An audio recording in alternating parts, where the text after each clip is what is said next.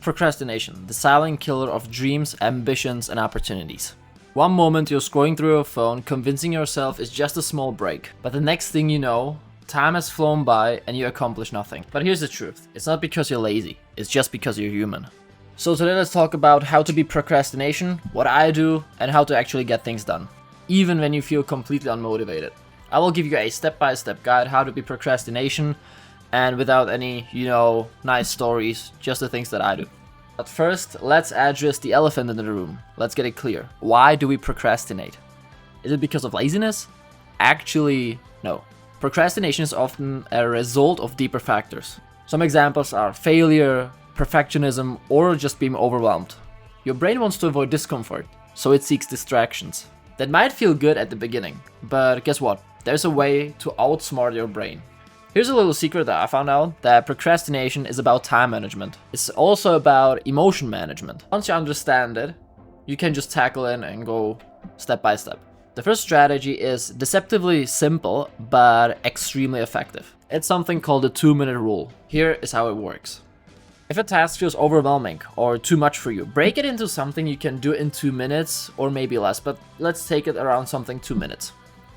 For example, just a big example, instead of telling yourself, I'm gonna clean the whole kitchen, just tell yourself, I'm just gonna wash 5 plates of dishes or something like that. I'm just gonna set the table or do anything else. That takes you 2 minutes. What happens next is the momentum that comes from it.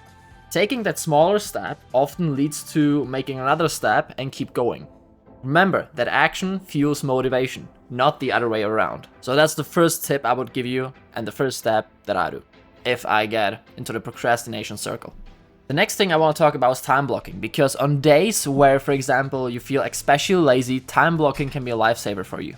But there's a little twist or a little thing you need to take into account, that don't break it down into hours or blocks that take hours. Just break it into even smaller ones, not 2-minute ones, but for example, blocks that take 25 minutes and then you have a 5-minute break. Something called the Pomodoro technique for studying. You will have 25 minutes of focused work and then you have 5 minutes of guilt-free break. The key to all of this is balance. By scheduling your breaks and the time you study or do something, work or some project or for example anything else, it tricks your brain into cooperating because it knows that after you finish those 25 minutes, there comes a break that you can enjoy. The only thing I don't recommend is going onto social media. Do something fun. Do, for example, a walk, a quick workout, look around, even go out for 5 minutes or, I don't know, get a coffee, for example. That's a good way. Tip number 3 is environment. It plays a massive role when it comes to your productivity. If your workplace is messy, cluttered, or your phone is already giving you notifications, that's a thing that can keep you distracted.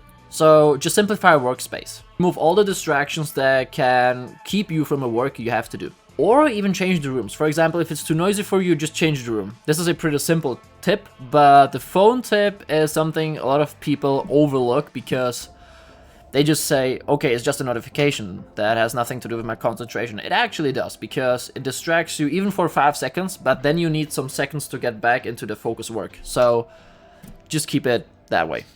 Get it out of sight, just get it into another room, or turn on airplane mode. But what I do is just get my phone, give it, for example, to another room, and then watch it after 25 minutes or every half hour, just checking max and then going back to work. The next tip is to actually get things done is accountability. What I mean with this is basically when no one's watching, you don't feel the pressure. Sometimes it's good to feel pressure because when someone's watching, you want to show them that you do something, all right? For example, you're studying and you want to show someone that you study. A great tip for this is, for example, even telling your parents, for example, or telling a friend to have some pressure that you study. The simplest thing you can do. I don't want to tell you to put on a live stream, for example, and, study in front of a camera. That's also an option, but I don't recommend it for if you're beginning. But just tell someone that you're studying or show someone that you're studying, and that will give you a little bit of pressure to actually do it and, to accomplish it. Or also get a study buddy. You can study in 2, but that's just if you can study with someone. I'm, for example, a type who cannot study with someone because I'm talking a lot and I will distract them the way I talk.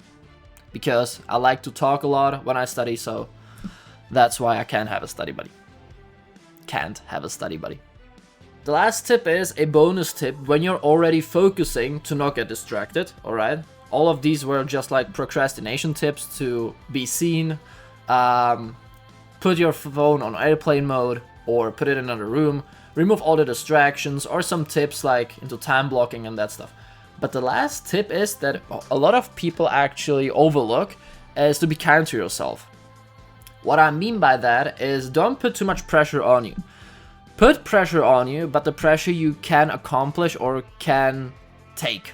Because if you set, for example, a plan, or if you make a plan and you have too much to do, you will get stressed just because you know you can't accomplish it.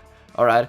Just for example, if you want to achieve something in the day or in a week, just set something you know will take more work than you do, but don't make too much. For example, instead of 10, that will take you 0 seconds of procrastination, which is an extreme because everybody procrastinates in a day some couple minutes at least, even though we don't notice it. But instead of 10, just give some, for example, 6 or 5. It's gonna be hard if you do, for example, 3 and then doing 5, but don't just jump from 3 to 10, alright? Just give yourself some space, because progress doesn't happen overnight. Progress doesn't happen like this. It takes some time. So just to rewrap all of this, or to wrap it again, just to remind you, keep it small, do it simple, just don't give too much pressure on your shoulders.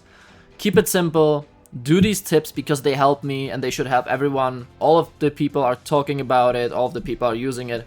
So do these tips. And if you have any questions, just leave a comment under this video. I will read it. And hope you have a great day. Hope you have a great week. And I will see you guys in the next one. Have a great one. Bye.